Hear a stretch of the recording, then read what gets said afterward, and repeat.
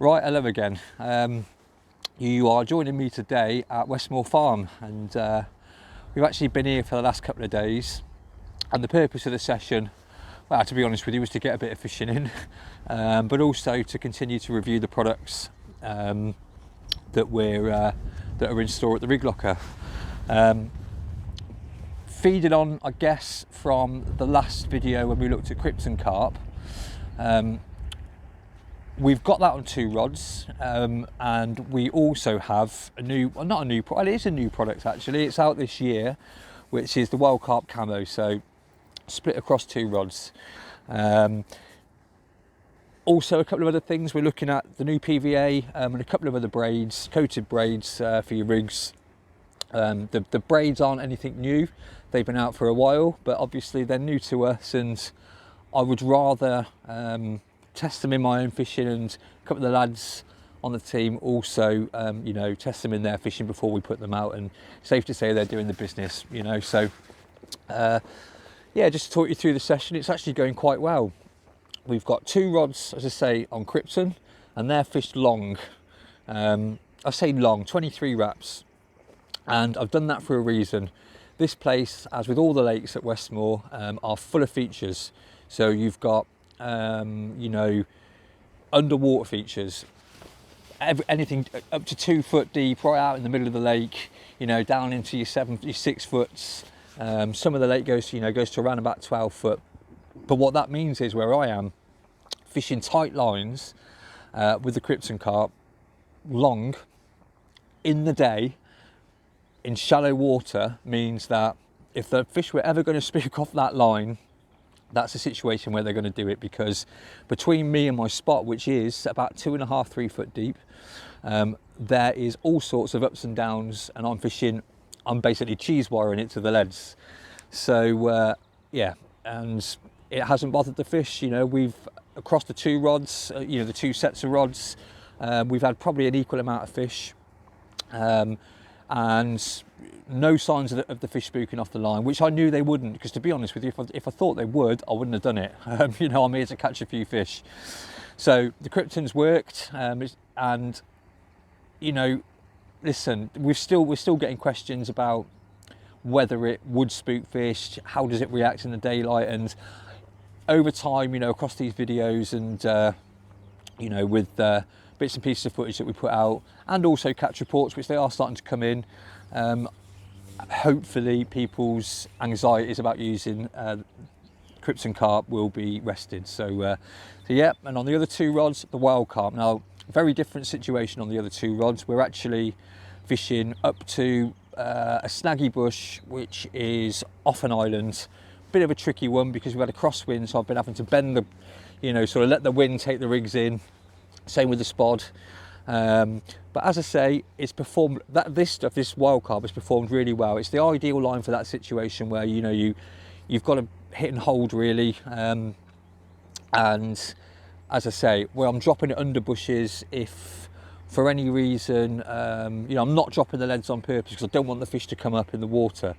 But if the lead did come off and the fish came up, and I ended up getting the line all wrapped up and God knows what, you know, in the overhanging bush, then wild carp is just the job. So let's say 23 wraps on the Katran, 16.5, 17 wraps on the wild carp rods, and they've both done, I'd say they've both done an equal amount of fish. Although it's worth pointing out, the rods on the wild carp have done the biggest fish, and we were actually lucky enough to catch one of the most sought after fish in the lake, which, you know, sometimes when your luck's in, isn't it? I mean, it's only the second time I've fished this particular lake. I fished it once before in the winter a couple of years ago, but this is my first proper session. So to catch a fish by the name of Jack's fish was a result.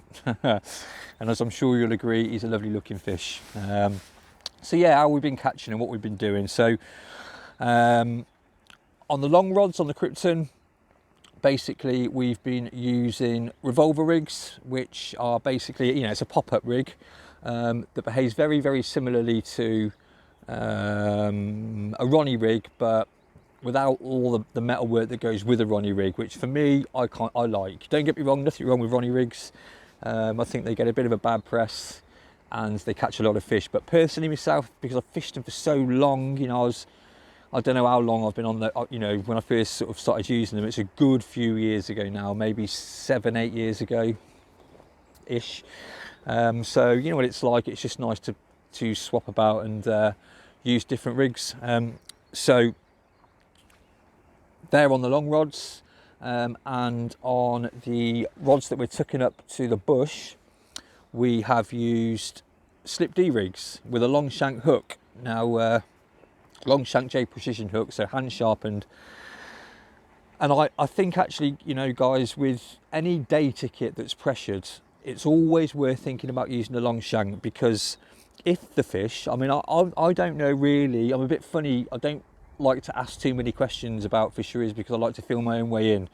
I think too much information can sometimes be a headache, but one thing I do know is it's a day ticket. It's really pressured right now. I mean, every peg is taken. It has been since I got here, I think, bar 1 or 2.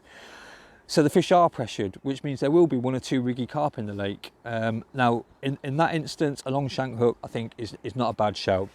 And what we did, you know, they turn really well, and at the end of the day, they're difficult for the fish to deal with. And they're not used to seeing them because nobody uses them anymore. Well, very few people use them anymore.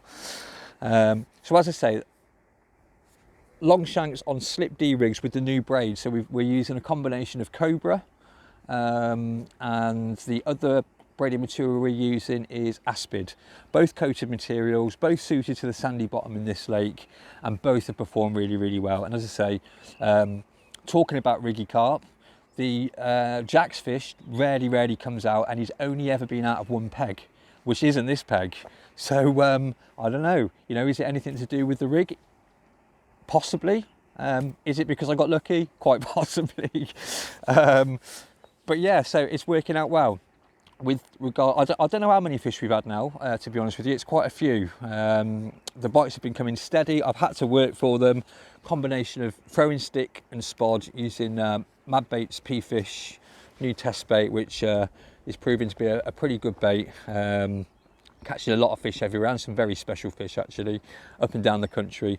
And yeah, everything's working as it should do. So on the slip D rigs, we are using little PVA sticks.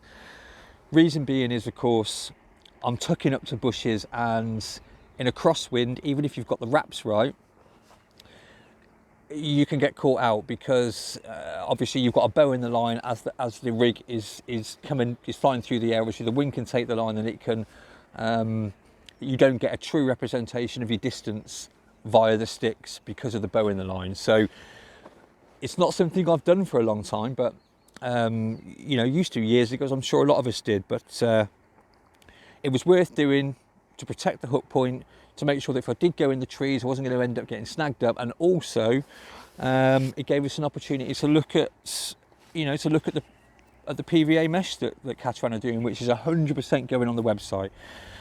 Look, it's PVA mesh. Is it any better than any other mesh on the market? Couldn't tell you, because there's bad meshes on the market, you know, and you've only got to look. All you've got to do is put it in the edge and see how much residue comes off it when it melts. If you're getting loads of cloudy residue, it's a bad PVA. If it ladders when you put it onto your rigs, it's a bad PVA. This stuff doesn't do either of that. And I mean, they're marketing it as PVA organic, and the reason they're doing that is because you get a lovely wooden plunger with it, as opposed to the plastic plunger. So quite rightly, they are cutting down on plastic wherever they can, Katran.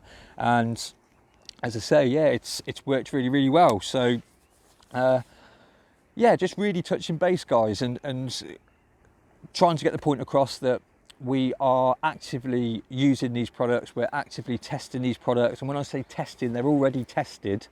But I can't, you know, and you know, so at the rig locker here, we can't really justify putting items of end tackle out, mainline, any of it, until we've seen it ourselves and we've used it ourselves in various situations.